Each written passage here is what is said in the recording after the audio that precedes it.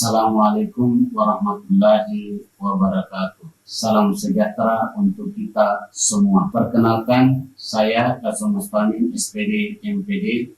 Saya merupakan salah satu dosen program studi pendidikan geologi di Universitas Pejuang Republik Indonesia Makassar, mengampu mata kuliah ekologi tumbuhan di semester 4 dengan bobot 3 SKS. Video ini dibuat untuk memenuhi persyaratan sertifikasi dosen pada tahun 2025, yaitu pernyataan diri dosen dalam unjuk kerja Tridharma Perguruan Tinggi atau PDD UKTPP untuk aspek kinerja pengajaran. Pada kesempatan ini, izinkan saya untuk menjelaskan salah satu mata kuliah yang saya ampu, yaitu mata kuliah ekologi tumbuhan di semester 4 dengan bobot 3 SKS. Deskripsi mata kuliah.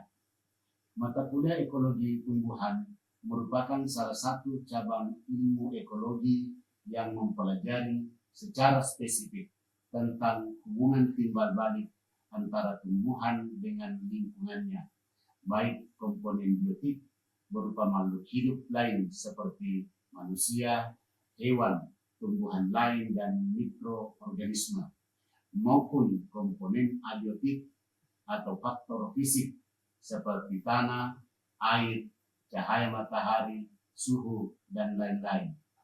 Mata kuliah ini mempelajari bagaimana tumbuhan berinteraksi dengan lingkungannya, beradaptasi dan mempengaruhi lingkungannya, bagaimana lingkungan mempengaruhi kehidupan tumbuhan, serta bagaimana pengetahuan ini dapat digunakan untuk diaplikasikan dalam pemanfaatan, pengelolaan, dan pelestarian lingkungan yang berkelanjutan. Capaian pembelajaran lulusan atau CPL. Adapun capaian pembelajaran lulusan yaitu 1. Bertakwa kepada Tuhan Yang Maha Esa dan mampu menunjukkan sikap religius. 2. Menguasai teori, konsep, prinsip, dan prosedur dasar dalam bidang keilmuan geologi dan pembelajaran.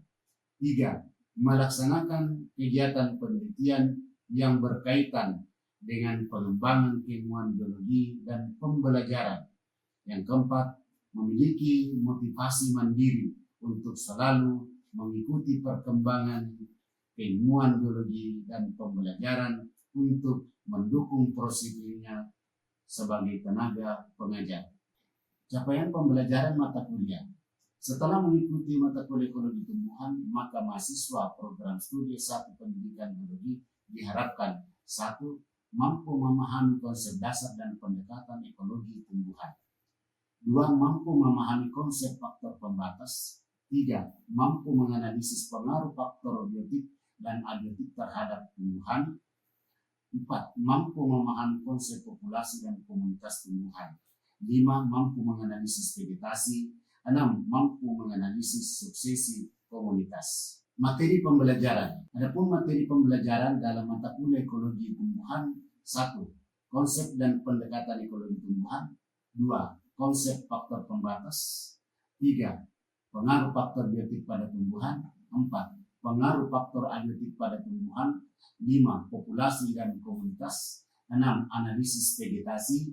7. Suksesi komunitas. Media pembelajaran. Media pembelajaran yang digunakan antara lain PowerPoint atau slide presentasi yang menampilkan gambar-gambar, menampilkan grafik intensitas cahaya, siklus fotosintesis, dan perbedaan pertumbuhan tanaman dengan pencahayaan berbeda. Media lingkungan, observasi langsung di lingkungan kampus di mana mahasiswa mengamati tanaman di tempat yang berbeda pencahayaannya. Mini greenhouse untuk mengontrol dan membandingkan efek cahaya terhadap tanaman. Buku referensi. Buku referensi yang dipergunakan antara lain: 1.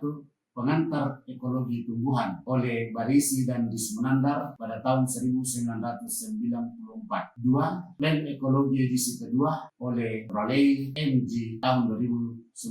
Sistem pembelajaran yang digunakan ada 2: sinkronus tatap muka di kelas, dan asinkronus berupa pembelajaran blended learning dengan Google Classroom. Metode pembelajaran. Terkait dengan metode pembelajaran digunakan antara lain: 1. Presentasi.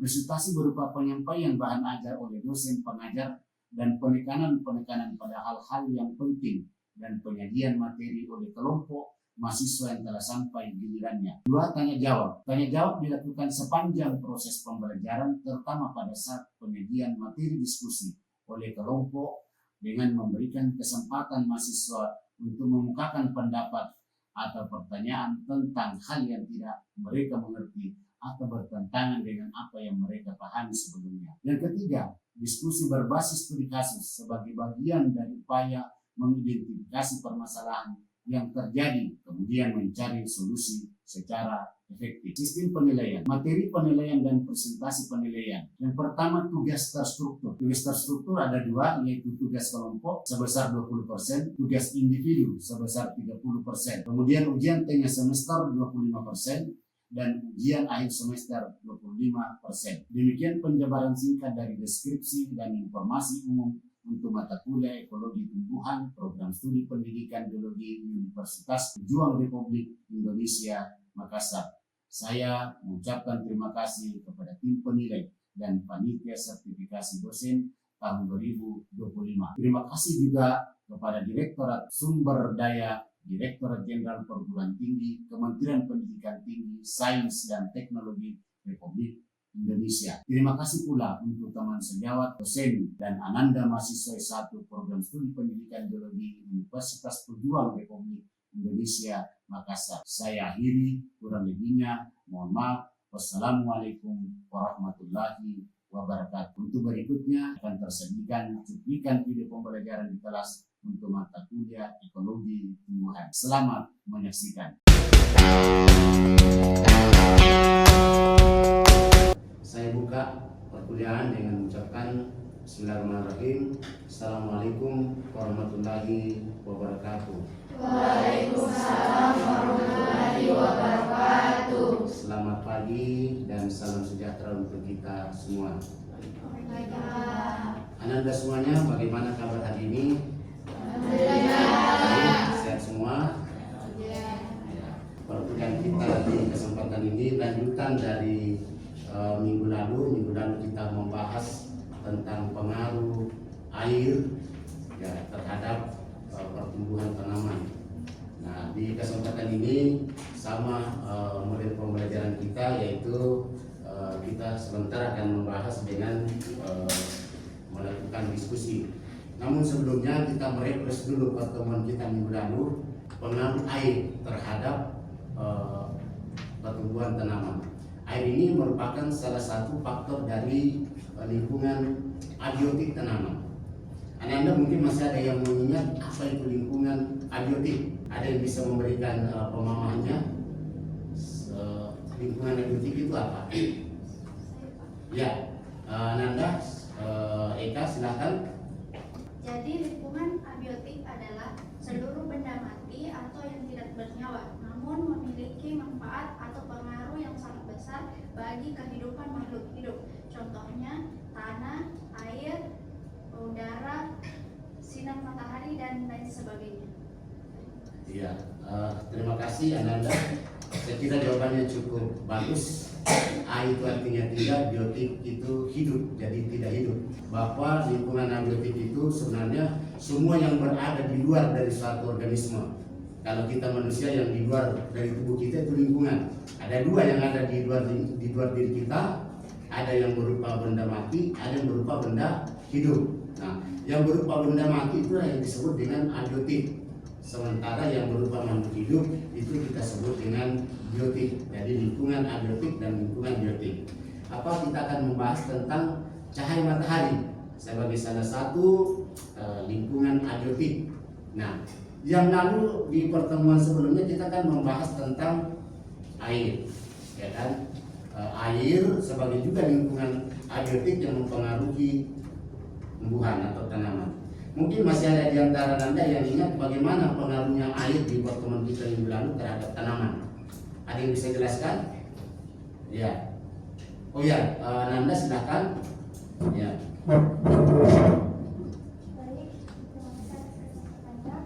Pengaruh air sangat penting bagi kehidupan tanaman, berperan dalam sebagai proses fisiologis, termasuk fotosintesis, transportasi nutrisi, dan menjaga kepekuan sel.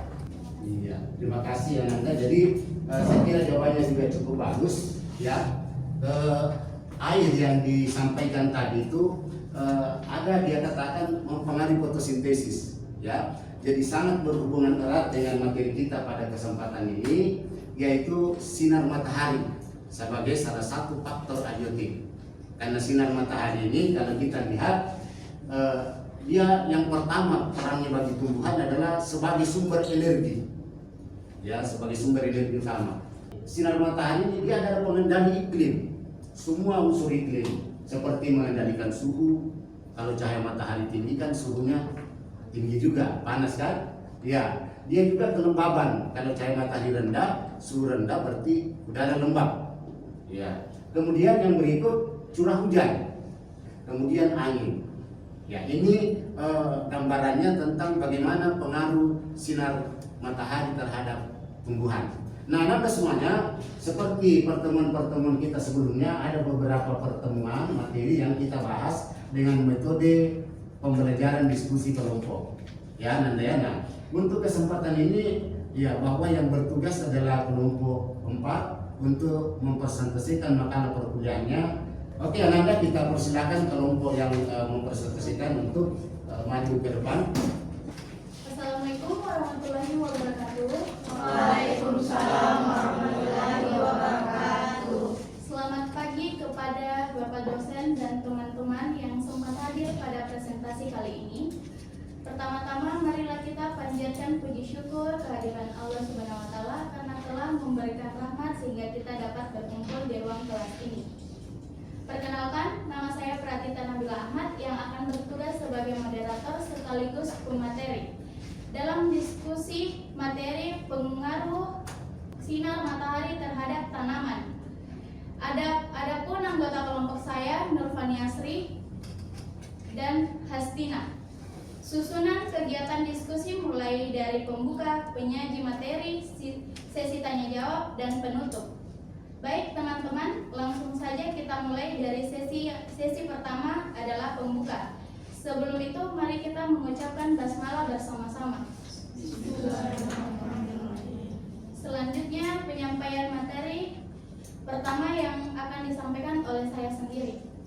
Intensitas radiasi matahari adalah banyaknya energi yang diterima oleh satuan tanaman, persatuan luas, dan persatuan waktu tertentu. Biasanya diukur dengan satuan kalori per sentimeter bujur sangkar per hari.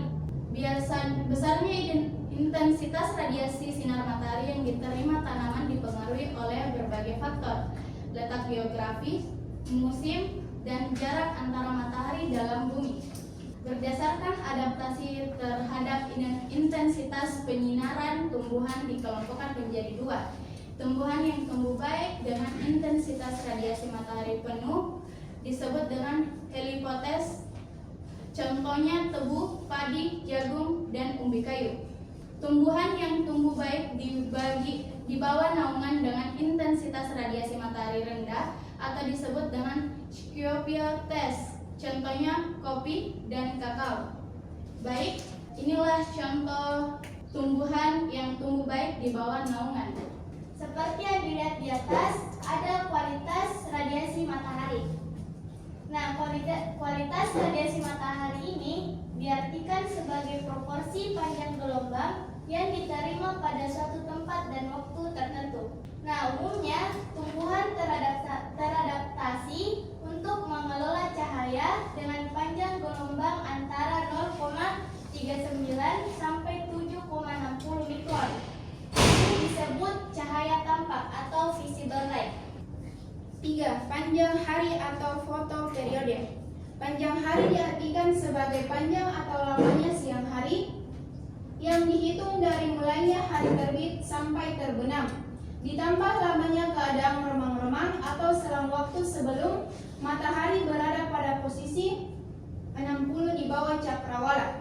Pengelompokan tanaman berdasarkan responnya terdapat 3 bagian, yaitu yang pertama tanaman hari pendek atau short day plants. Yang kedua yaitu tanaman hari panjang atau long day plants. Yang ketiga yaitu tanaman hari netral atau dinatal plants. Baik, itulah materi ketiga. Saya kembalikan kepada moderator.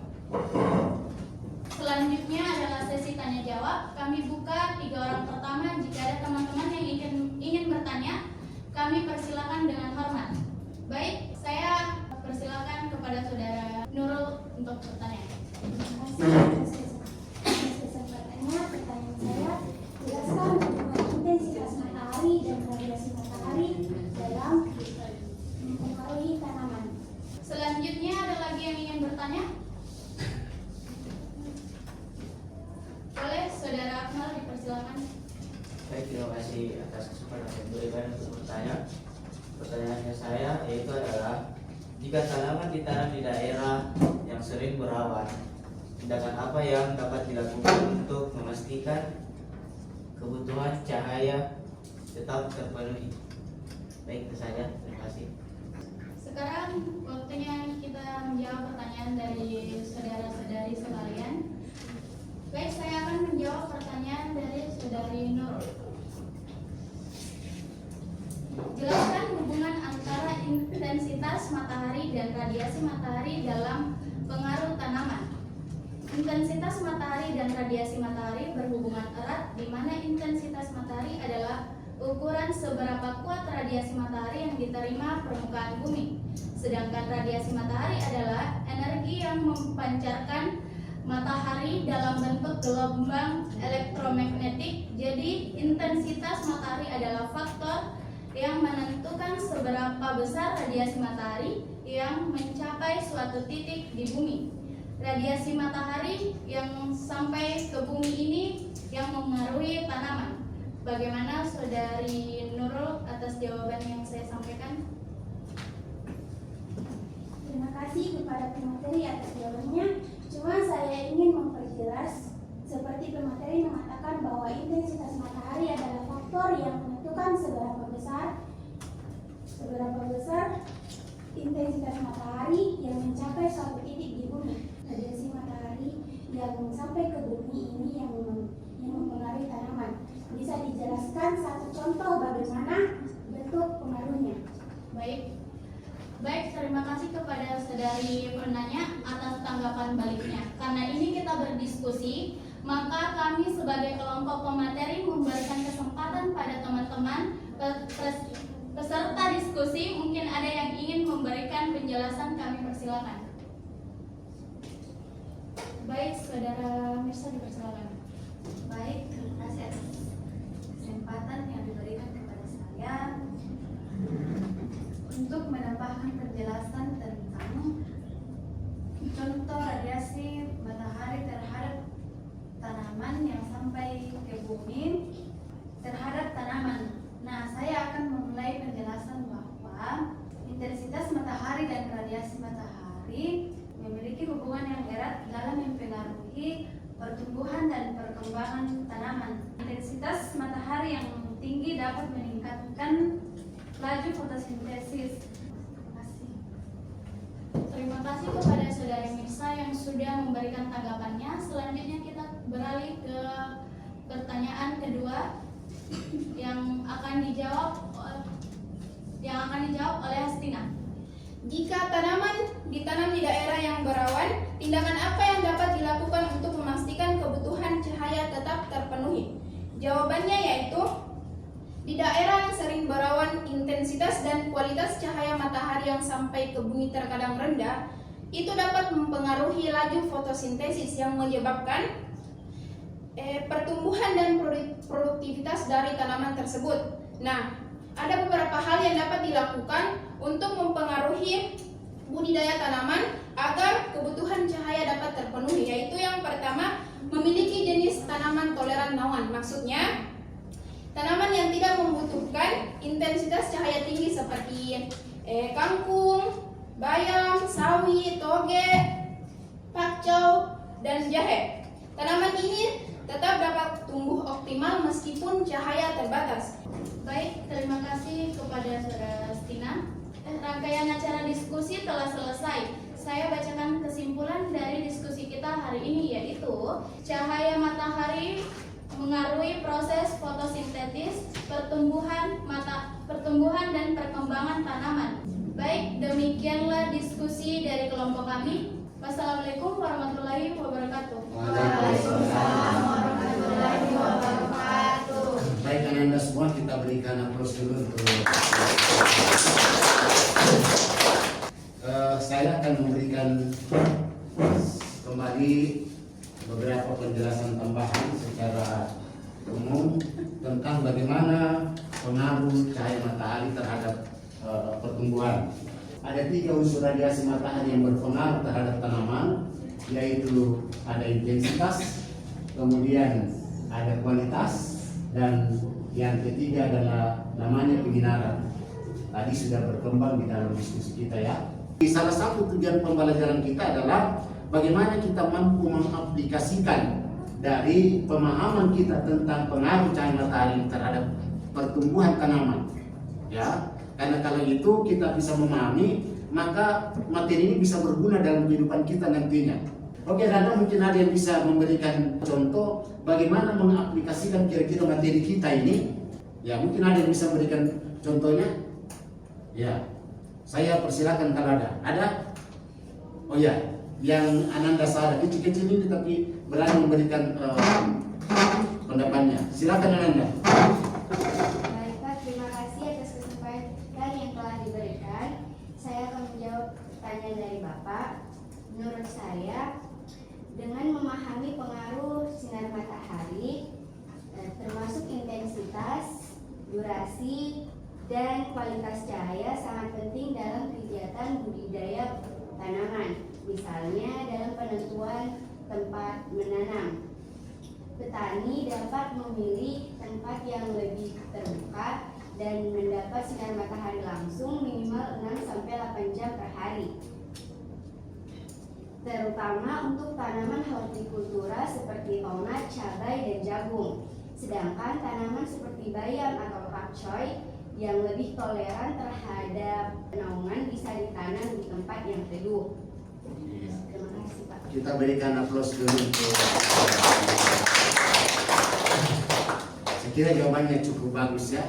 Tadi barusan saya jelaskan sedikit tadi di ayat pertengahan itu intensitas cahaya, ada naungan.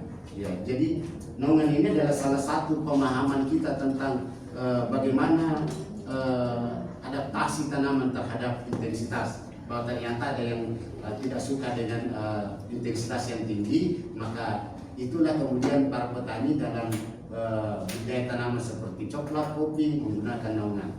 Ya, luar biasa jawabannya ya. Ada yang mungkin diantara Anda bisa memberikan kesimpulan dari serangkaian penjelasan kita ini, mulai dari pada saat diskusi, ketika saya memberikan materi tambahan, ya.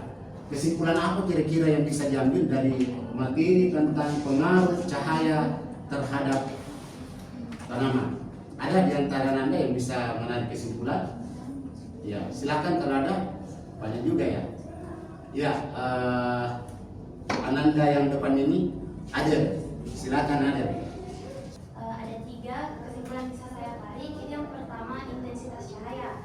Intensitas cahaya ini sangat memengaruhi laju fotosintesis. Maka dari itu, cahaya yang cukup itu dapat mempercepat pertumbuhan tanaman, sementara cahaya yang berlebih ataupun kurang itu bisa menyebabkan stres fisiologis dan juga menghambat perkembangan. Yang kedua itu ada kualitas cahaya atau panjang gelombang. Nah, kualitas cahaya ini menentukan efektivitas dari fotosintesis. Dan yang ketiga itu ada lama penyinaran atau yang kita sebut dengan fotoperiode. Nah, lama penyinaran ini sangat berpengaruh dalam fase-fase perkembangan tanaman, terutama dalam pembungaan dan pematangan buah melalui mekanisme fotoperiodisme.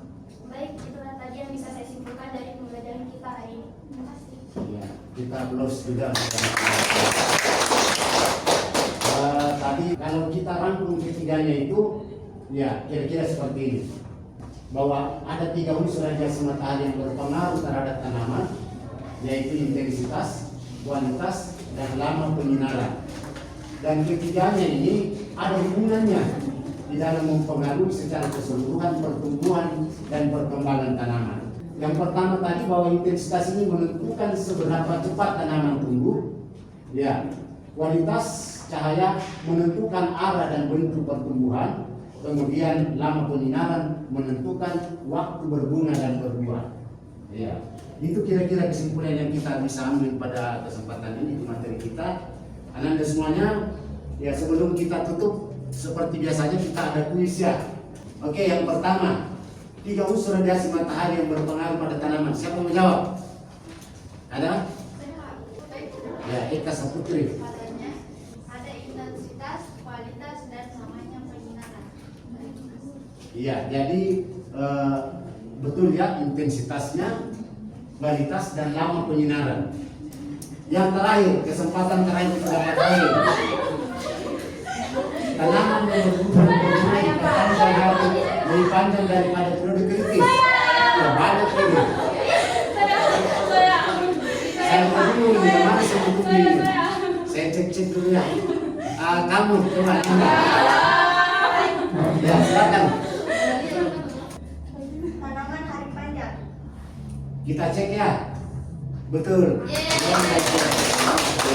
Oke, Nanda, ada 5 orang yang mendapat poin tambahan di kuis kita ini. Absennya sudah diisi tadi ya? Ya, terima kasih Nanda semua. Sebelum saya tutup, jadi ini ada tugas kita di rumah. Tugasnya adalah membuat makalah hasil analisis pengaruh sinar matahari pada tanaman melalui studi pustaka, disertai dengan contoh faktual yang ada di sekitar lingkungan kampus dan di tempat tinggal kita masing-masing. Oke, saya kira itulah pertemuan kita kali ini. Kita berharap bahwa pertemuan kita ini materinya bisa bermanfaat untuk kehidupan kita nantinya. Kurang lebihnya mohon dimaafkan. Wabillahi taufiq wal hidayah. Assalamualaikum warahmatullahi wabarakatuh. Waalaikumsalam warahmatullahi wabarakatuh. Selamat pagi menjelang siang dan salam sejahtera untuk kita semua.